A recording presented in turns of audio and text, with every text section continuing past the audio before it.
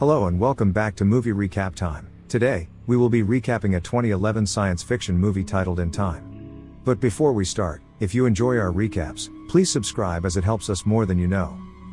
Enjoy! The year is 2169, and people are genetically engineered to live for 25 years. With a clock on their wrist, they can see how much time they have left. Time is used as a currency. You can buy and sell anything with time. Different regions have different time zones based on how much time they have left to live. Will, a 27-year-old man, lives in Dayton, the poorest city. He lived with his mother, Rachel, and Rachel clocked 50 that day, and Will promised her they would celebrate after work. They planned to meet at the bus station in Dayton after work. On the way to work, a little girl asked Will for a minute of his time so she could work. Will gave her 5 minutes out of his 24 hours left to live. The cost to buy a cup of coffee increased in price too. When Will got to work, his time salary was also reduced. In front of his workplace, a man lay dead after his time had elapsed. After work, he went to a bar to meet his friend Greta. When he entered the bar, he was asked to play poker, but he refused because he didn't have much time at hand. He collected the 1 hour one of the game players were owing to him, then went to Greta. Greta informed him a man had about 10 decades over time, and he wanted to pay for all the drinks at the bar. Will went to the man. He asked him to leave that place because the time snatchers would come and kill him. The drunk man, Henry, refused to leave. Fortis, a 75-year-old time thief, approached Henry to steal his time. He told Henry he would fight him for the time. Before the fight, Henry asked to visit the toilet. Will went there and helped him escape from Fortis. He asked Henry why he flashed his time everywhere, knowing quite well that he would be killed having that much time at hand. Henry saw Will's time and saw Will had just 18 hours left. He told Will he could also make use of his time, but Will refused the offer. Henry told him he was 105, and he had another 101 years at hand. He said at a point in life, you get tired of living, and he is at that point. He told Will that there is enough time for everyone. No one has to die, but some people have to die to live immortally. He told Henry that over at New Greenwich, the rich hoard time, and that is why everything in the poor town gets expensive. For the rich to live long enough, the poor have to die. That night, Will asked Henry to sleep at the secret location. Henry woke up earlier than Will. He transferred all his time to Will before Will woke up and timed himself to die before Will got to him. When Will woke up, he searched for Henry, who said by the bridge top. Before Will got to Henry, Henry's time had elapsed, falling into the water. Will visited his friend Greta first, showed him his time, and told him the man at the bar gave it to him. Greta expressed that he would be killed at Dayton Fog that much time. He said he was leaving Dayton. He asked Greta how many years they had been friends. Greta replied it was 10 years, and he gave his friend 10 years as a gift. He planned to go to New Greenwich with his mother, Rachel. Immediately Will left, and Greta went to buy drinks with his time. Rachel was at the bank. She paid her 2-day loan. She attempted to take a bus. She thought the payment was 1 hour. The driver told her the price had changed and the transport was 2 hours. She persuaded the driver and told him Will would pay for the remaining 1 hour at Dayton, but the driver refused. Will waited for his mother at the bus station to no avail. He saw his mother running. Rachel's time elapsed. Seconds before Will got to her, Rachel died. Will mourned his mother and promised to take everyone in New Greenwich for what they have. Raymond, a 75-year-old timekeeper, saw the corpse of Henry in the water. They informed him Henry had decades by his side a few hours before he died. Raymond decided to search the vicinity for the person who had stolen Henry's time. He checked the CCTV and saw Will. They searched all through Dayton for anyone who had that much time, but they got no one. Will traveled to New Greenwich. He paid the border fees with time. Sylvia, a young lady from a family of the time, saw him running and admired him. Will entered the hotel, paid for a suite, paid the breakfast fee, and tipped the waiter. Sylvia was on the opposite side and watched him. Will asked the waiter for the casino room and asked how he could gain entrance. He dressed well and visited the casino. He invested in the casino for a year to gain admission. He played poker with Philippe. Philippe comes from time. He told Will they have a privilege the poor thinks was unfair. Philippe took the first with 50 years. Will counter bet. Later Philippe took a bet with 2 decades. Will very bet. He had just 20 seconds left on his time. He won the bet and took about 1,000 years.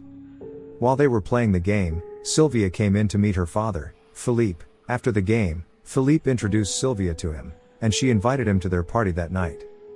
Will went to buy a car that cost 59 years and drove the car to the party. He was welcomed by Philippe, who introduced his wife and mother-in-law to him. Sylvia asked for a dance. While they were dancing, She told him she knew he didn't come from time because she saw him run and only people from the ghetto run. She told him she admires the life of the ghetto people because, with them, they have to do something foolish to die. If they do not do something stupid, they could live for eternity. Will took her out of the party to the backyard. He saw a beach in their backyard. He undressed to swim in the beach. She told him they don't swim in it. He asked her if she wanted to do something foolish, then she should join him. They both swam in the water. Until Philippe came out to search for his child. They came out of the water, dressed up to join the party. Philippe asked him for the game, but Raymond dashed into the party before the game. He arrested Will and asked Will where he got the time from. Will told Ray he didn't steal the time, but the time was given to him by Henry, who said he didn't need the time. Raymond, as expected, didn't believe him. He took all his time away and left him with 2 hours, asking him to use that time to get to Dayton. Before Raymond left the room, Will asked him why he was fighting for a suicide case when there were many murder cases in the ghetto. Raymond told him he sounded like his father and shouldn't die like his father. Will fought out of the room, took a gun from one of the guards, kidnapped Sylvia, and drove back to the ghetto. Fortis attacked them, who kept nails on the road ahead of them. They collapsed. Fortis and his men came. They saw Will was down with time, but Sylvia had a decade. They stole Sylvia's decade. When they woke up, Sylvia had seconds left. She begged Will for some time, and he gave her some. To find time, Will visited Greta. His wife informed him that Greta drank himself to death when he still had 9 years of his time. Raymond got to the accident location. He didn't see any dead bodies, so he assumed Will and Sylvia were still alive. They sold Sylvia's diamond for 2 years. Will took Sylvia to her father's time loan bank and asked her to call her father. He asked Raymond for 1,000 years and asked the years to be deposited to the bank for the poor people. Raymond advised him not to die the same way his father died. Philippe doesn't want to release the time, but his wife tries to convince him the time is for their daughter. Will took Philippe home and asked her to change into his mother's clothes. They talked about his father's death. She asked him how he felt the first time his time started counting, and she also told about her own experience. Sylvia asked him if he hated her, and he replied he didn't hate her because no one can be hated for the background they were born with. The following day, they checked out the bank and saw Philippe didn't deposit any time. Will tried to convince Sylvia that it may be the timekeeper who didn't let Philippe deposit the money. They planned that Sylvia would call her dad while he watched her. He gave her a gun to protect herself. Before Sylvia left, she kissed him and went to the phone booth. She called her father, who told her Raymond knew her location and they would find her. She turned back to see Raymond attempting to shoot. She called out for Will and shot Raymond. Will saw Raymond had seconds left, so he gave Raymond 5 hours so he could call for the other timekeepers. Sylvia asked why Will gave Raymond time, and he told her timekeepers live day to day. It may take Raymond hours before the other timekeepers find him. In the ghetto, everyone there booed at Raymond before he was saved by one of the timekeepers. Raymond visited Philippe and told him he had kept an arrest warrant for Sylvia. If Philippe helps Sylvia, he will also put an arrest warrant for him. Philippe wanted to bribe Raymond with time, but Raymond refused. Will taught Sylvia how to shoot a gun. Sylvia brought up the idea of robbing her father's bank. They drove a truck into the bank, broke into the warehouse, carried some of the time capsules and asked everyone to take enough time for themselves. He took some of the capsules to Greta's wife and gave the homeless on the street some time. Philippe called Raymond and asked him to get back the time. Raymond commented that Will doesn't know he is killing the people he wants to help. A man was killed for not wanting to leave his time. Philippe watched the news to see his daughter had robbed his banks about 5 times in 1 week. He complained to his wife about giving Sylvia everything she ever wanted. Raymond found Will's hideout, and he searched the hotel for him. Will and Sylvia ran outside. They fought their way to the bus, and the driver saw they wanted, so they bribed the driver with more time and entered the bus and ran from Raymond. Fortis saw the poster that offers to give anyone who finds Will about 10 years. Will and Sylvia ran into a hotel. They rented all the rooms in the hotel. A man saw them going inside. Fortis set up an ambush with several men. He asked if anyone who knew the location of Will should tell him now, or he would kill everyone. After killing one man, the man who saw Will in the hotel confessed. Fortis went to the hotel and attacked Will. He asked Will to fight with him, and whosoever won left. After Will fought with all his time, he was left with 10 seconds. Fortis got distracted, and Will started stealing his time. When Fortis was down to about 10 seconds, Will shot the other thieves and took all of Fortis's time, killing him. They escaped. Raymond got to the hotel and saw Fortis and his men's bodies. Raymond ordered that Will must be found. Will and Sylvia saw many people in front of the time bank. They felt they couldn't break the system. Will asked that they give up, and he said they can't fight the system unless they get about 1 million years. They attacked Philippe and stole 1 million years from Philippe's safe, and they shared it with all the banks in Dayton and ran away.